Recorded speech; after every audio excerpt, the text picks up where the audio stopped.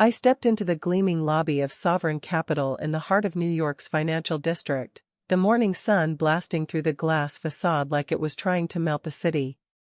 At 42, as a senior corporate lawyer specializing in finance and mergers, I'd closed deals worth millions in boardrooms like this one. But today, I looked nothing like that version of myself. My black leggings were dusty from hauling boxes all morning, helping my aging father move into his new apartment. My gray hoodie was faded and oversized, my hair pulled into a simple high bun, no makeup to hide the exhaustion lines on my face. I was just Vivian Banks, a black woman fulfilling a family duty, depositing a $75,000 check from selling my late mother's house into Dad's account. No need for the power suit, I wasn't here to impress. The lobby buzzed with suited professionals clutching lattes and briefcases, their polished shoes clicking against the marble floor. I weaved through them, ignoring the subtle glances, ones I'd grown accustomed to over the years. At the teller counter, I slid the check and my bank card across to the young white clerk named Gary. He couldn't have been older than 25, with a crisp shirt and a name tag that screamed eager but inexperienced. I offered a small smile, my voice calm and professional. "I'd like to deposit this into my father's account, please." Gary picked up the check, his eyes widening at the amount. Then they flicked to me, up and down, lingering on my worn hoodie, the smudge of dust on my sleeve, my unmanicured hands. His expression shifted from neutral to skeptical, like he'd caught me in a lie. Sure, he muttered, but there was a pause, a hesitation that made my stomach tighten. I'd seen that look before, the one that questioned how someone like me could handle that kind of money. It wasn't new, being black in spaces like this often meant proving your worth twice over. But today, after a long morning of lifting furniture and emotional goodbyes to Mom's old place, I was too tired for it. I just wanted this done. He typed something into his computer, his fingers slowing as he glanced back at the check. Behind him, through the glass partition, I caught sight of a middle-aged white woman, Brenda Higgins, the branch manager, according to her plaque, watching us intently. Her lips pursed, and she whispered something to another employee. Gary stood up abruptly, check in hand. "One moment," he said, vanishing toward the back office without another word. I stood there, shifting my weight, feeling the weight of eyes on me from the line forming behind. The air-conditioned chill seeped through my thin hoodie, but it was the growing unease that made me shiver. What was taking so long? I'd deposited larger sums before, no issues. But something in Gary's gaze, in Brenda's stare, told me this wasn't about the system. It was about me, how I looked, how I didn't fit their picture of legitimacy. My heart rate picked up, a familiar knot of frustration building. I took a deep breath, reminding myself, stay calm, Vivian. You've navigated worse. But as minutes ticked by, that knot twisted tighter, signaling the storm about to break. Gary didn't respond, just clutched the check and my card before turning away, disappearing into the back office without a backward glance. I stood there, arms crossed over my faded hoodie, the lobby's hum of conversations and keyboard clicks fading into a distant buzz. My feet ached from the morning's labor, and impatience gnawed at me. This should have been simple, a quick deposit, then back to Dad's new place to unpack the last boxes. But as seconds stretched into minutes, that familiar prick of unease settled in my chest. I'd been in enough high-stakes negotiations to know when something was off. Through the frosted glass partition separating the tellers from the managerial offices, I caught movement. Brenda Higgins, the branch manager, a stern white woman in her 50s with perfectly coiffed hair and a pearl necklace, leaned over Gary's shoulder as he handed her my documents. Her eyes narrowed, scanning the check, then flicking toward me. I couldn't hear everything, but her voice carried just enough through the barrier, laced with disdain. Look at her. From the north side, dressed like she's homeless, and she's got a $75,000 check? Something's definitely shady here. My blood heated, a slow boil starting in my veins. North side? She meant the predominantly black neighborhood where I'd grown up, the one she'd probably never set foot in except to judge from afar. And homeless? Because of my casual clothes? I'd closed multi-million-dollar mergers in silk blouses and heels, but today I was just a daughter helping her father. Brenda didn't bother verifying the check or my account, she didn't even glance at the system. Instead, she picked up her phone, her lips moving rapidly. I strained to listen. Yes, officer, we have a suspicious individual here. Acting erratic. Possible threat. She's got a large bag and refuses to leave. Then, lowering her voice but not enough, she might be armed. Armed? Erratic? I hadn't raised my voice, hadn't demanded anything beyond basic service. My large bag was a worn tote with my wallet and keys. Lies, pure and simple, built on assumptions about my skin color and appearance. My heart pounded now, not from fear but from the raw insult to my dignity. As a 42-year-old senior lawyer, I'd faced microaggressions in courtrooms and conference rooms, but this, being criminalized for existing while black, cut deeper today, amplified by my exhaustion. I clenched my fists, nails digging into palms, forcing myself to breathe steadily. Yelling wouldn't help, it would only confirm their biases. But inside, fury simmered. How dare they strip me of my humanity before even asking my name? Gary reemerged, his face flushed, avoiding my eyes. Systems glitching, he mumbled. Might take a bit. I straightened, my gaze sharpening. This wasn't a glitch, it was prejudice in action. I waited, my arms still crossed, the cool air from the vents raising goosebumps on my skin beneath the thin fabric of my hoodie. The line behind me grew longer, murmurs rippling through the crowd as people checked their watches. Gary's absence stretched on, and I glanced at the clock on the wall, 10 minutes now. My mind raced back to the morning, Dad's frail hands gripping the moving boxes, his grateful smile when I promised to handle the deposit. This was supposed to be quick, a simple act of care. But the delay felt deliberate, heavy with unspoken judgment. Finally, Gary returned, his face a mask of forced politeness, avoiding direct contact. The system's glitching, he said flatly, sliding my card back but keeping the check. Might take a bit longer.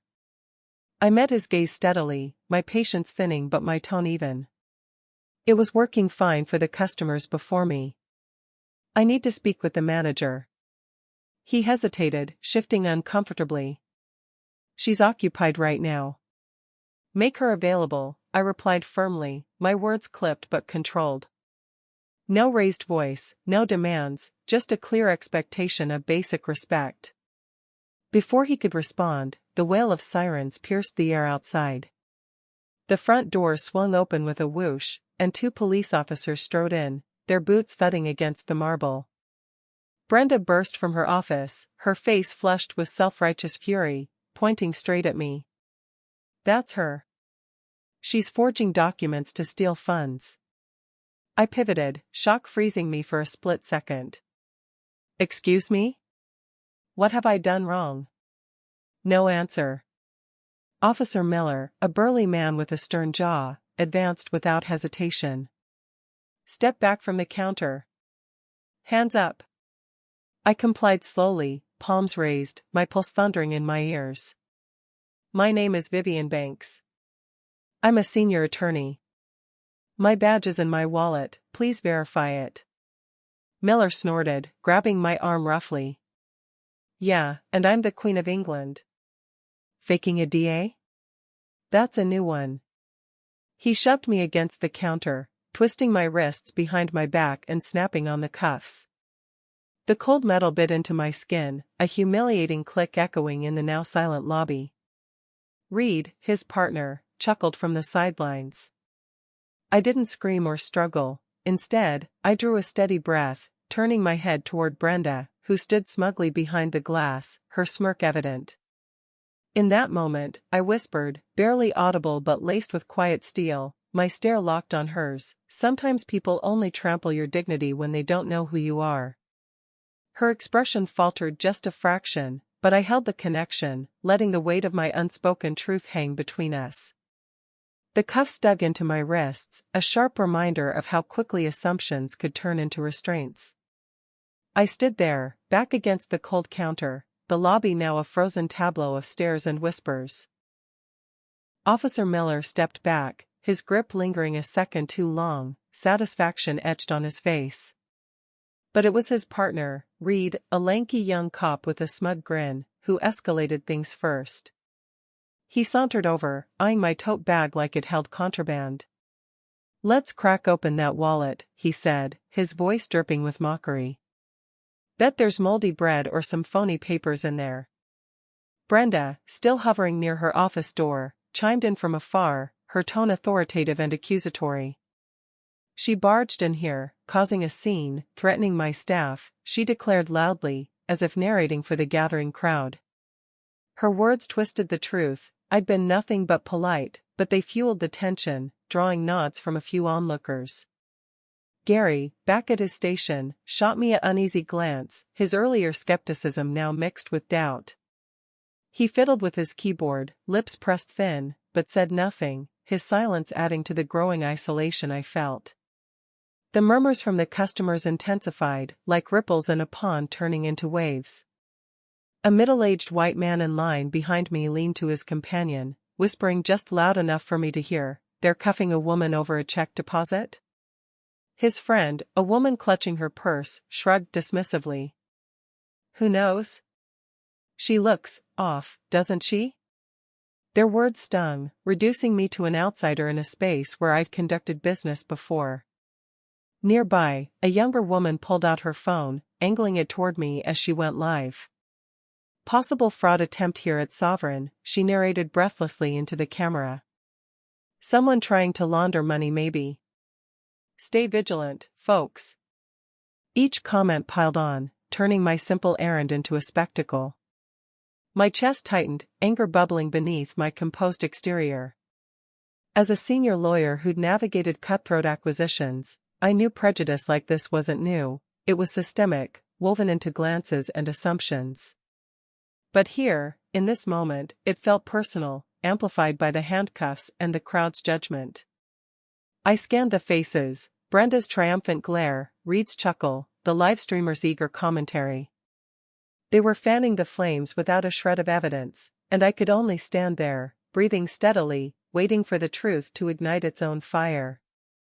I sat in the corner chair they'd shoved me into, the cuffs pinching my skin, forcing my hands awkwardly behind my back. The lobby's fluorescent lights buzzed overhead, casting harsh shadows on the faces around me. I could feel the weight of every stare, the curious, the judgmental, the indifferent, but I refused to let it break my composure. As a senior lawyer who'd stared down hostile witnesses in federal court, I knew better than to escalate. Panic wouldn't free me, precision would. I lifted my chin, addressing Miller and Reed directly, my voice steady and measured, carrying just enough authority to cut through their mockery. "I've already introduced myself clearly. I'm Vivian Banks.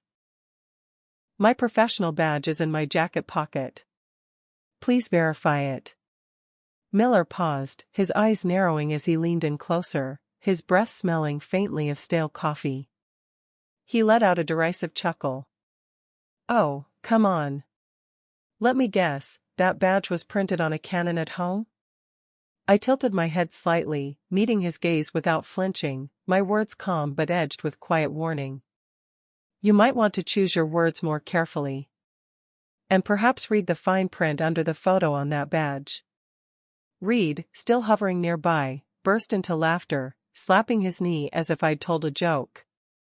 "Listen to this," another self-appointed Facebook lawyer, thinking she's hot stuff. They hadn't bothered to check my wallet yet, dismissing my request as if it were absurd. Brenda watched from her perch, arms folded, her expression a mix of triumph and impatience, urging them on with nods.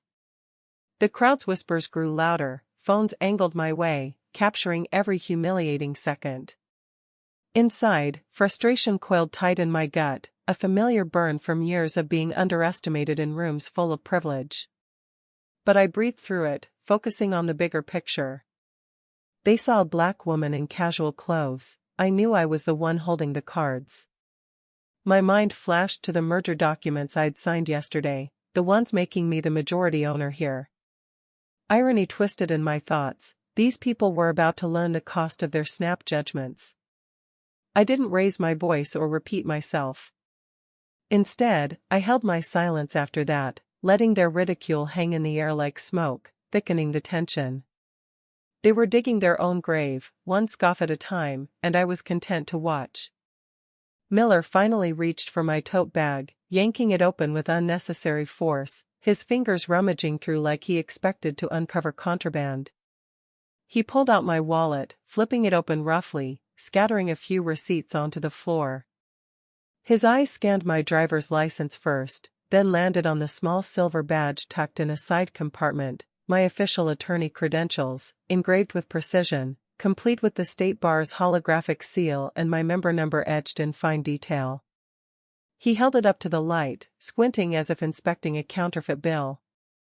It looks pretty legit," he admitted, his voice dropping a notch, uncertainty creeping in for the first time.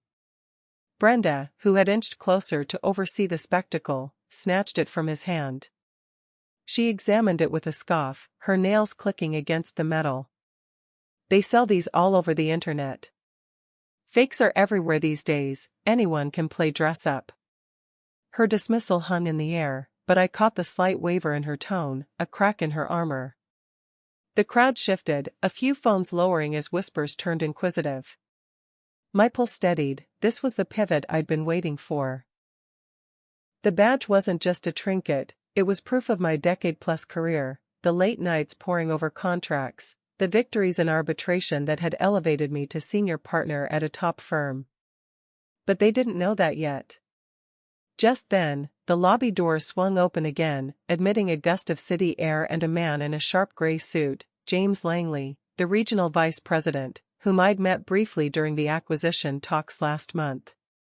He was mid-conversation on his phone, briefcase in hand, but halted abruptly when his gaze landed on the scene, me cuffed in the corner, officers flanking, Brenda brandishing my badge like a trophy.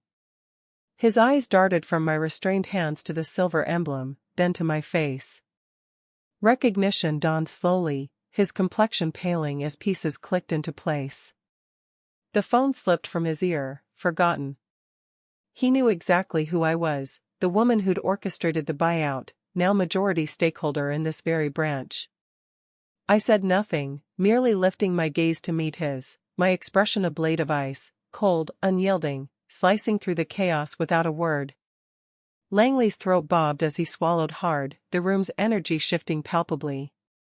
They all sensed it now, something was very wrong, and it wasn't with me.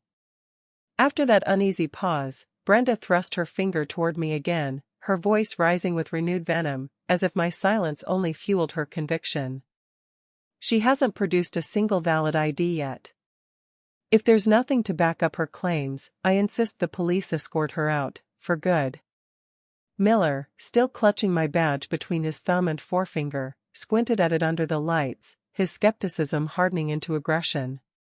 He tossed it onto the counter like discarded trash. "This impersonation stunt could land you in serious hot water. We might need to loop in federal security for good measure." I remained quiet, my breath controlled, though every muscle in my body tensed. As a seasoned attorney, I'd learned that words could be weapons, but timing them right was the real art. Speaking now would only invite more ridicule, better to let their overreach expose itself. My mind flickered to the boardroom battles I'd won, quietly dismantling opponents with facts, not fury. Here, in this lobby-turned-courtroom, I applied the same strategy. Reed nodded eagerly, his eyes gleaming with misplaced authority. "Should we slap on ankle restraints? What if she bolts?" The suggestion hung absurdly in the air, amplifying the farce. "Ankle cuffs? For depositing a check?" My wrists already throbbed from the metal, but the indignity of it all, a black woman reduced to a flight risk in her own bank's lobby, stirred a deep, simmering resolve. I envisioned the headlines this could spawn, the lawsuits I could file, but pushed those thoughts aside. Focus, Vivian. Let them unravel. From her spot at the reception desk, Sarah, the young teller who'd always greeted customers with a warm nod, watched the scene unfold, her expression clouded with hesitation. She fidgeted with a pen, glancing between Brenda's commanding stance and my restrained form. Her brows furrowed, as if piecing together fragments of doubt. I'd seen her here before during routine visits. She was efficient, polite, never judgmental. Now, her unease was palpable, a subtle crack in the united front against me. The crowd's energy shifted too, phones still recording, but a few faces showed flickers of discomfort. Brenda paced slightly, her heels clicking sharply, barking orders to Gary to secure the area. Miller radioed for backup, his tone clipped and urgent. Reed hovered closer, hand on his belt, as if anticipating resistance I had no intention of giving. Inside, my frustration mounted, a storm brewing beneath my calm facade. They were escalating, blind to the precipice they teetered on. Langley's presence loomed in my periphery, his shock evident, but I held back, savoring the impending reversal. One more push from them, and the truth would crash down like a verdict. Sarah edged closer to Brenda, her voice a hushed murmur that barely carried over the lobby's tense hum. "I think there might be a mix-up," she said, glancing my way with a flicker of recognition. "I've seen her here a few times before. She seems like a priority client, always efficient, no fuss." Brenda waved her off sharply, her face hardening into a mask of unyielding certainty. "No need to defend anyone. I've handled hundreds of these situations. Trust me on this." Her dismissal echoed, but it didn't fully quash the budding doubt in Sarah's eyes. She stepped back, biting her lip, her earlier warmth toward customers now overshadowed by the unfolding drama. The crowd around us stirred subtly, phones dipping lower as snippets of conversation floated through. "Does she really look like a fraud?" one woman asked her companion. They jumped straight to cuffs without checking anything. A man nearby nodded, his brow furrowed. "Feels off. Why not just verify the check?" I watched it all from my spot, the metal restraints chafing as I shifted slightly. As a senior lawyer, I'd cross-examined enough witnesses to spot the cracks in a narrative, the hesitant glances, the second-guessing. Sarah's intervention was the first ripple, a sign that not everyone was buying Brenda's story. My heart steadied, a quiet confidence building amid the chaos. These outsiders, these bystanders, were starting to question the rush to judgment, their whispers chipping away at the facade of authority. Then, Langley pushed fully into the fray, his polished shoes halting inches from where I sat. He stood tall, his suit impeccable, but his expression crumpled as he took in the scene, my bound hands, the officer's stances, Brenda's defiant posture. "Ms. Banks," he said, his voice laced with disbelief, I don't understand what's happening here." The air thickened, a palpable freeze settling over the room. Miller's jaw slackened, his earlier bravado evaporating as he stared at Langley. Brenda looked up sharply, her lips parting in a silent gasp, color draining from her cheeks. Reed froze mid-step, his hand dropping from his belt. Langley's recognition hit like a spotlight, illuminating the absurdity. He knew me from the acquisition meetings, the woman who'd navigated the complex buyout, securing my stake in this branch. His shock mirrored the dawning realization rippling through the onlookers. Whispers intensified, "Who is she? He knows her?" Sarah's eyes widened, her doubt now validated. I met Langley's gaze evenly, my silence speaking volumes. The tide was turning, propelled by these external voices, the teller's hesitation, the crowd's murmurs, Langley's arrival. They weren't allies yet, but their skepticism was the wedge prying open the truth. In that suspended moment, I felt the balance shift, the weight of their errors pressing down on them instead. I turned to Langley, my eyes steady and unblinking, locking onto his with the precision I'd honed in countless depositions. The room's charged silence amplified every breath, every shuffle of feet. "I'm here to finalize the handover paperwork," I said, my voice clear and unwavering, as scheduled from the New York office. The words landed like a gavel strike, simple yet shattering. Brenda's face drained of color, her smug authority crumbling into wide-eyed horror. She staggered back a step, her hand clutching the counter for support. Langley's nod was deliberate, almost pained, as if the reality he'd pieced together weighed heavy. He pivoted toward Brenda, his tone measured but laced with unmistakable reproach. "You've just restrained the new majority owner of this branch." Gasps rippled through the onlookers, the crowd's murmurs erupting into a cacophony of shock. Miller's grip on his radio loosened, his earlier confidence evaporating like mist under sunlight. Reed blinked rapidly, his smirk wiped clean, replaced by a dawning panic that made him look smaller, less imposing. Sarah's hesitation from moments ago transformed into open vindication. She covered her mouth, eyes darting between us all. In that instant, the power dynamic flipped irrevocably. No longer was I the suspect in cuffs, I was the architect of this institution's future, the one who'd orchestrated the acquisition through meticulous legal maneuvering. The merger I'd closed yesterday granted me 51% control, a fact emailed to every employee, including Brenda. Her oversight, or willful blindness, now exposed her in front of witnesses, phones still rolling, capturing her fall from grace. Brenda stammered, her voice cracking, I had no idea. It was a precaution. But her excuses dissolved in the air, unconvincing even to her. Langley ignored her, signaling to Miller with a curt gesture. "Uncuff her. Now." As the metal released my wrists, a rush of relief mixed with the sharp sting of vindication coursed through me. Rubbing the red marks on my skin, I stood taller, the lobby's oppressive weight lifting. The bystanders' expressions shifted from suspicion to sympathy, a few even nodding in quiet solidarity.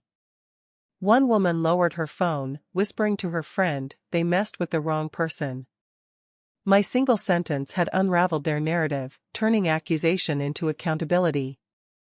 As a black woman who'd climbed the ranks in a field dominated by others, I'd faced barriers disguised as protocols before. But this time, the revelation wasn't just personal, it was a mirror held up to their biases, forcing them to confront the consequences. Langley approached me, apologetic, "Ms. Banks, this is unacceptable. We'll sort this immediately." I nodded, my composure intact, but inside, a fierce satisfaction burned. The storm they'd brewed was now theirs to weather. The sound of heels echoed sharply from the back hallway, cutting through the stunned hush like a summons. Heads turned, including mine, as a woman in a sleek black suit strode in, her white blouse crisp under the lights, a name tag glinting, Danielle Keaton, Senior Legal Director for the bank. Trailing her were two attorneys in tailored outfits and a clerk burdened with a stack of folders. Danielle's gaze swept the room, taking in the disarray, me, a middle-aged black woman rubbing her newly freed wrists, the officers frozen in place, Brenda's ashen face, and the cluster of onlookers with their devices still recording. Her expression hardened into professional steel, the kind I'd wielded myself in negotiations. "Who authorized the restraint of Ms. Vivian Banks?" she demanded, her voice slicing clean and authoritative. Brenda faltered, her earlier bravado shattered. I didn't realize who she was." Danielle cut her off mid-sentence, not missing a beat. "She's the new majority shareholder of this branch, holding 51% as of the documentation I circulated yesterday. I'm here to oversee the official transfer with her directly." The revelation hung heavy, amplifying Langley's earlier disclosure. Gasps erupted anew, phones capturing the moment as the gravity sank in. Danielle wasn't just any executive, she was the bank's legal enforcer, the one who drafted the merger agreements I'd reviewed and signed. Her arrival wasn't coincidence, it was protocol for high-stakes handovers like this. I'd scheduled it discreetly, not expecting this farce to unfold. Miller and Reed exchanged uneasy glances, their postures deflating. Brenda clutched her necklace, her authority evaporating before our eyes. The attorneys flanking Danielle spread out documents on the counter, one flipping open a binder to the pertinent pages, sealed court filings from the business tribunal, board signatures affirming my control. I stood, flexing my fingers to restore circulation, a surge of quiet triumph coursing through me. As a lawyer who'd orchestrated this buyout from behind the scenes, leveraging my expertise in corporate finance to turn a personal inheritance into leverage, I'd anticipated challenges, but not this blatant disregard. Danielle's presence validated everything, the emails ignored, the biases unchecked. She turned to me, her nod respectful. "Ms. Banks, apologies for the delay. Shall we proceed?" The crowd parted slightly, their earlier suspicions morphing into awe or regret. In that shift, I felt the scales balance, not through vengeance, but irrefutable proof. Brenda's world was crumbling, and mine was just beginning to assert itself here. Danielle fixed her piercing stare on Miller and then Brenda, her presence commanding the room like a judge entering chambers. "She doesn't need to flash an ID," she stated firmly, her words echoing off the marble walls. "Every staff member here received the notification email from headquarters yesterday detailing the ownership transfer. Ms. Banks now holds decision-making power over personnel starting today." Brenda's mouth opened and closed soundlessly, her earlier confidence fracturing like glass under pressure. Miller shifted his weight, his badge suddenly seeming heavier on his chest, his eyes darting to read for support that wasn't coming. The attorneys moved efficiently, one pulling a thick file from the clerk's stack and holding it aloft for all to see. "These are the authenticated documents from the business court," he announced, his voice steady and formal. "Endorsed by the full board of directors, confirming Ms. Banks' executive authority here." Pages flipped open, revealing stamped seals, signatures in bold ink, and clauses outlining my control. The crowd's murmurs swelled into a chorus of astonishment, phones capturing the reveal, faces twisting from doubt to realization. A man in the back whispered loudly to his wife, "She's running the place?" Another onlooker, the one who'd been live-streaming, lowered her device slightly, her expression shifting to awe. Sarah, the teller, exhaled visibly, her earlier uncertainty replaced by quiet relief. I rose slowly, my legs steady despite the ordeal, absorbing the reversal like a long-awaited verdict in my favor. As the lawyer detailed the merger's finer points, the inheritance I'd leveraged into this stake, the legal maneuvers I'd executed flawlessly, the truth settled over everyone. Brenda's hands trembled as she gripped her desk, her pearl necklace rising and falling with shallow breaths. Miller muttered something under his breath, his authority dissolving in real time. In my core, a profound sense of justice bloomed, not triumphant glee, but the quiet power of being seen for who I truly was. Years of navigating corporate ladders as a black woman had prepared me for this, turning invisibility into undeniable presence.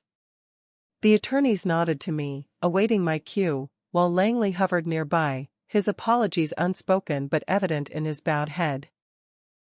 The lobby, once a stage for my humiliation, now bore witness to their reckoning. Brenda stammered incoherently, her once commanding presence reduced to a quivering shadow. I had no clue. I just assumed." Her voice trailed off, feeble and unconvincing, as she backed against her desk, pearls clattering softly against her blouse. The color had fled her cheeks, leaving her looking frail, exposed, the architect of her own downfall. Miller stood rigid, his earlier swagger evaporated, sweat beading on his forehead as he fumbled with his radio, muttering excuses under his breath. Reed, the eager accomplice, averted his eyes, shuffling his feet like a chastised child, his laughter long silenced. I rose steadily, the imprint of the cuffs fading but the memory etched deep. Flexing my hands, I dusted off my hoodie with deliberate calm, turning to face Brenda directly. My gaze held hers, not with rage, but with the unflinching clarity of someone who'd endured far worse slights. "This isn't about who I am," I said evenly, my words carrying through the hushed lobby. "It's about who you decided I couldn't be." The sentence lingered, a quiet indictment that stripped away her defenses. She wilted further, her shoulders slumping, unable to meet my eyes.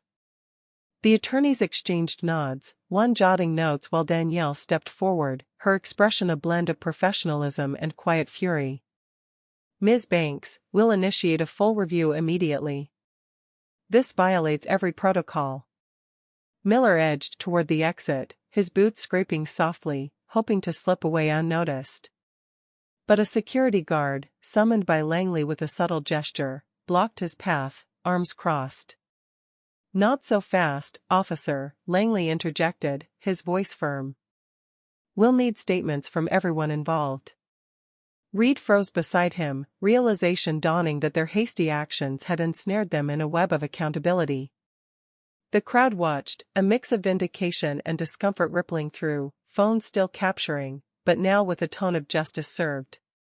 Sarah offered a tentative smile my way, her earlier doubt transformed into quiet admiration. In that reversal, a profound sense of equilibrium settled over me. As a black woman who'd forged her path through skepticism and barriers, this wasn't revenge, it was revelation. Their collapse wasn't my doing, it was the inevitable fallout of unchecked prejudice. I gathered my belongings, the weight of the morning lifting, replaced by a steely resolve to reshape this place from the top down. I didn't spare another word for Brenda, her defeated form shrinking behind the counter as I straightened my posture. The red marks on my wrists pulsed faintly, a reminder of the morning's ordeal, but I ignored them, smoothing down my hoodie's collar with deliberate grace.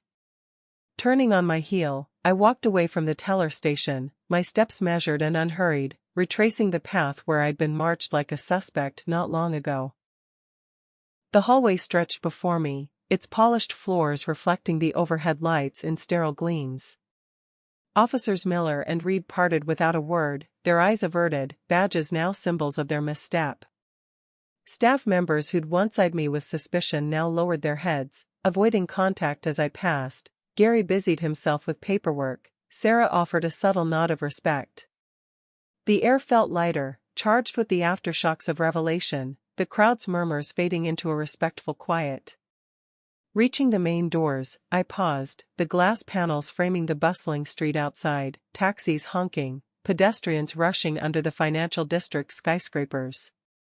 I turned back one last time, my voice carrying clear and resonant across the space. "Next time someone walks through these doors, don't judge them by their skin tone or a worn bag. You never know who they are, or who might hear their story." The words echoed softly, landing like seeds in fertile soil, prompting a few nods from onlookers. Brenda remained silent, her earlier dominance erased. Langley hovered nearby, his expression a mix of regret and deference, but I didn't acknowledge him. Instead, I pushed through the doors, the warm city air enveloping me like a long-awaited embrace. Stepping onto the sidewalk, I inhaled deeply, the scent of street vendors and exhaust mingling in the breeze. My car waited at the curb, a modest sedan that blended into the traffic, much like I'd intended to blend in today. Sliding into the driver's seat, I gripped the wheel, a surge of liberation washing over me. No longer constrained by their narrow views, I felt empowered, unbreakable. The bank's facade receded in my rearview mirror as I drove away, the weight of humiliation replaced by an unshakable strength. This wasn't just my victory, it was a quiet revolution, one that would ripple through policies and perceptions long after I left. A young intern, the youngest in the transaction room, barely out of college with wide eyes and a hesitant demeanor, had been the only one showing unease from the start. I'd noticed him earlier, fidgeting behind the counters, his discomfort evident as the scene unfolded. He wasn't part of the judgment, instead, he pulled out his phone discreetly, recording the entire episode from the initial accusation to the dramatic reveal. As I reached my car, sliding into the driver's seat and starting the engine, I caught a glimpse of him through the bank's glass doors. He leaned toward a colleague, his voice low but audible in my mind's replay later. "I thought she was just a tough customer at first. But she didn't yell, didn't threaten anyone. She just stood there, and everyone had to shut up." His words, simple yet profound, captured the essence of my restraint. Later that afternoon, while I reviewed merger documents at home, notifications flooded my phone. The intern had uploaded the clip online, titling it with raw insight, "When a black woman doesn't fight back, it doesn't mean she's powerless. She might be the one in charge, and giving you one last chance." The video spread like wildfire, garnering hundreds of thousands of shares within hours. Comments poured in, stories of similar humiliations, calls for accountability, debates on implicit bias in everyday spaces. News outlets picked it up, framing it as a viral lesson in prejudice. The bank issued a public statement by evening, promising internal investigations and diversity training, damage control that I knew stemmed from the exposure. From my vantage, sipping tea in my quiet living room, I felt a ripple of change. That intern's observation wasn't just commentary, it was amplification, turning my personal trial into a broader conversation. His unease had evolved into action, his words echoing the power of quiet resilience. In a world quick to dismiss, his perspective validated what I'd embodied: strength doesn't always roar, sometimes it silences the room. Weeks later, I returned to the bank, not as a victim, but as its steward. The lobby felt transformed, sunlight filtering through the windows in soft beams, casting long shadows across the familiar marble. Staff nodded respectfully as I passed, their interactions polished with newfound awareness. Brenda was gone, her position filled by someone who'd undergone the mandatory training I'd mandated. The air hummed with routine efficiency, but a subtle shift lingered, like an undercurrent reshaping the flow. At the entrance, a modest plaque had been installed, its brass surface gleaming under the lights. I paused before it, tracing the engraved words with my fingers: "Service is everyone's right. No one must prove they deserve respect." Below the inscription sat a black and white photograph, captured from the intern's video, me standing amid the chaos, composed and silent, the crowd's eyes fixed in a mix of shock and revelation. It wasn't a portrait of triumph, but of quiet endurance, the moment their world tilted, frozen in grayscale. The image stirred something deep within me, a reminder of how far one act of resilience could echo. Customers entering now glanced at it, some pausing to read, others sharing knowing looks. One elderly black man, depositing his check, caught my eye and smiled faintly. "That's you, isn't it? Changed things around here." I nodded, warmth spreading through my chest. It did. For all of us. Driving home that day, the city blurred past, skyscrapers piercing the sky, streets alive with diversity. The plaque wasn't just decor, it was policy incarnate, part of reforms I'd implemented: bias audits, community outreach, anonymous reporting. Shares of the video had sparked dialogues nationwide, prompting other institutions to reflect. My story had become a catalyst, proving that dignity, once demanded, could redefine spaces. Yet, in quiet moments, I reflected on the cost, the sting of that morning's betrayal. It fueled my resolve, to lead not with vengeance, but vision. The photograph endured as a beacon, whispering to every entrant: assumptions shatter, respect endures. In its silent gaze, I saw not just my journey, but a blueprint for change, one frame at a time.